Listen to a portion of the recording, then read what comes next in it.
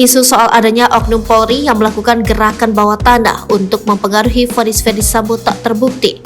Menteri Koordinator Bidang Politik, Hukum, dan Keamanan Mahfud MD menyebut, desas-desus soal gerakan bawah tanah tersebut gagal. Sebelumnya, isu adanya petinggi yang hendak mempengaruhi vonis Sambo dalam kasus pembunuhan berencana terhadap Brigadir J ramai jadi pembahasan. Mahfud MD menyebut, upaya gerilya itu gagal lantaran Ferdy Sambo divonis maksimal oleh Majelis Hakim Pengadilan Negeri Jakarta Selatan berupa hukuman mati. Ya, hakimnya mandiri, gerakan bawah tanah tidak berhasil, kata Mahfud dalam program Satu Meja The Forum Kompas TV. Meski demikian, publik diminta tetap waspada sebab ada kemungkinan gerakan bawah tanah itu berlanjut di tingkat banding.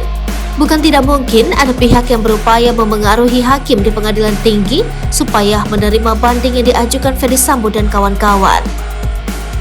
Mengantisipasi hal tersebut, Mahfud mengajak masyarakat terus mengawal perkembangan kasus Ferdy Sambo dan terdakwa lainnya. Apalagi di tingkat banding tidak jarang hakim memotong masa hukuman para terdakwa. Kadang kala kita dibuat terkejut, seringkali putusan begini di pengadilan sudah oke. Tiba-tiba disunat di pengadilan tinggi, disunat lagi di Mahkamah Agung, itu sering terjadi kejutan, kata Mahfud. Mahfud yakin bahwa gerakan bawah tanah yang semula mengancam independensi hakim pengadilan negeri dalam menjatuhkan vonis terhadap Ferdy Sambo dan kawan-kawan gagal. Hal tersebut diakibatkan karena semua pihak terus mengawasi jalannya kasus ini. Oleh karenanya dia berharap masyarakat tidak lelah memantau perkembangan kasus ini hingga hukuman terhadap Ferdy Sambo dan kawan-kawan ingkrah atau berkekuatan hukum tetap. Sebelumnya, Mahfud MD sempat mengungkap soal adanya gerakan bawah tanah yang bergerilya untuk mempengaruhi vonis Ferdy Sambo dan kawan-kawan di kasus pembunuhan Brigadir J. Menurut Mahfud, ada pihak yang meminta Sambo dihukum ringan. Bahkan ada yang meminta mantan Kepala Divisi Profesi dan Pengamanan Polri itu dibebaskan. Saya sudah dengar ada gerakan-gerakan yang minta memesan putusan Sambo itu dengan huruf. Ada juga yang meminta dengan angka, kata Mahfud di kantor Kemenko Polhukam Jakarta. Ada yang bergerilya, ada yang ingin Sambo dibebaskan, ada yang ingin Sambo dihukum, kan begitu tuturnya. Tanpa menyebutkan sosok yang dimaksud, menurut Mahfud pihak yang bergerilya itu adalah pejabat tinggi pertahanan dan keamanan. Kini Ferdy Sambo dan 4 terdakwa kasus pembunuhan berencana terhadap Brigadir J lainnya telah divonis. Majelis Hakim Pengadilan Negeri Jakarta Selatan menjatuhkan vonis mati terhadap Sambo.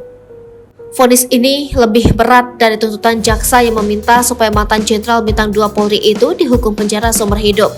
Hakim juga telah menjatuhkan vonis terhadap Putri Chandrawati berupa pidana penjara 20 tahun. Vonis ini juga lebih berat dari tuntutan jaksa yang meminta agar istri Ferdy Sambo tersebut dipenjara 8 tahun. Terdakwa lain yakni Kuat Ma'ruf divonis 15 tahun penjara. Hukuman ART Ferdy Sambo itu lebih berat dari tuntutan jaksa yakni 8 tahun penjara. Kemudian vonis 13 tahun pidana penjara dijatuhkan terhadap Ricky Rizal. Sebelumnya jaksa meminta hakim menjatuhkan hukuman 8 tahun penjara terhadap mantan ajudan Ferdy Sambo tersebut. Sementara, vonis ringan dijatuhkan terhadap Richard Eliezer. Hakim memutuskan menghukum Richard pidana penjara 1 tahun 6 bulan, jauh di bawah tuntutan jaksa, yakni pidana penjara 12 tahun. Atas vonis hakim tersebut, Ferdy Sambo, Putri Chandrawati, Ricky Rizal, dan Kuat Ma'ruf mengajukan banding. Banding juga diajukan oleh Kejaksaan Agung.